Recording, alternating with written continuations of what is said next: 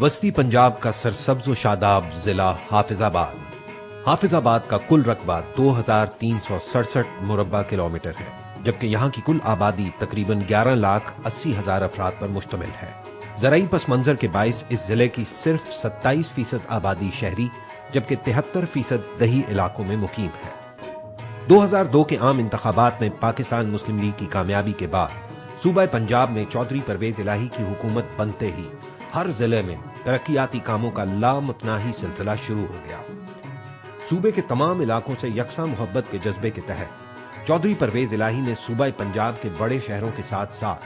نسبتاً چھوٹے اور دیہی پس منظر کے حامل اضلاع سے بھی غربت، جہالت، بے روزگاری، بیماری اور دیگر مسائل کے خاتمے کا پختہ عزم کیا، اور 4 سال کے مختصر عرصے میں ان ترقیاتی کاموں کے نتائج نے ثابت کر دیا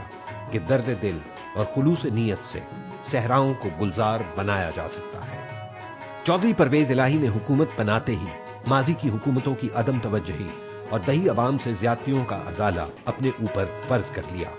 اسی خدمت خلق کے جذبے کے تحت ضلع حافظ آباد کے لیے بھی پہلی دفعہ 8 ارب روپے سے زائد کے ترقیاتی فنڈز مختص کیے گئے۔ چودھری پرویز الہی کی خصوصی توجہ سے ضلع حافظ آباد میں تیز ترین ترقی کے دور کا آغاز ہوا۔ تعلیم۔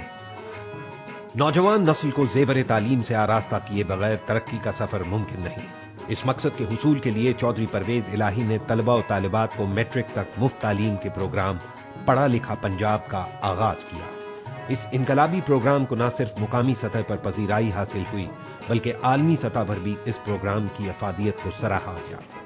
چودھری پرویز الہی کے دور حکومت میں صوبے کے باقی اضلاع کی طرح ضلع حافظ آباد میں بھی پڑھا لکھا پنجاب پروگرام کے تحت مقامی طلبہ کو مفت کتابیں اور وظائف فراہم کیے گئے۔ ضلع حافظ آباد میں 1000 ملین روپے کی لاگت سے 952 اسکولوں کو اپ گریڈ کیا گیا، جبکہ 200 نئے اسکول قائم ہوئے۔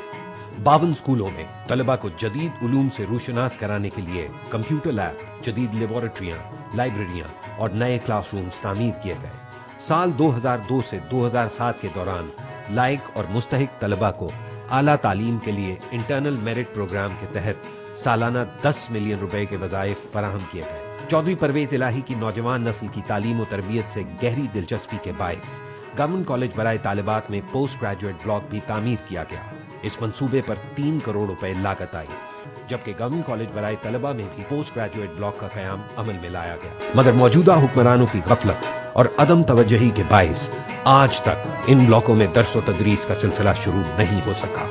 چودھری پرویز الہی کے دور حکومت میں طلبہ و طالبات کو دیگر سہولیات کی فراہمی کے ساتھ ساتھ 2000 سے زائد اعلیٰ تعلیم یافتہ اور فرد شناس اساتذہ کو بھی بھرتی کیا گیا، تاکہ اسکولوں اور کالجوں میں اسٹاف کی کمی پر قابو پانے کے ساتھ ساتھ علاقے سے بے روزگاری کا خاتمہ بھی کیا جا سکے۔ جبکہ ضلع حافظ آباد کے اہم قصبے سکھے کی میں جدید ووکیشنل ٹریننگ انسٹیٹیوٹ بھی قائم کیا گیا، تاکہ یہاں کے نوجوان فنی تعلیم بھی حاصل کر سکیں۔ چودھری پرویز الہی کے ان علم دوست اقدامات کے باعث ضلع حافظ آباد کی شرح خواندگی صرف 4 سال کے مختصر عرصہ میں 46% تک پہنچ گئی، مگر آج صرف 1 سال بعد صورتحال بالکل بدل چکی ہے۔ نہ تو طالب علموں کو مفت تعلیم کی سہولت میسر ہے اور نہ علاقے کے لائق اور مستحق طلبہ کے لیے وظائف کا اجرا ممکن۔ موجودہ حکمرانوں کی سطحی سوچ اور مجرمانہ غفلت کے باعث تیزی سے بڑھتی ہوئی شرح خواندگی کا گراف ایک بار پھر تنزلی کا شکار ہے۔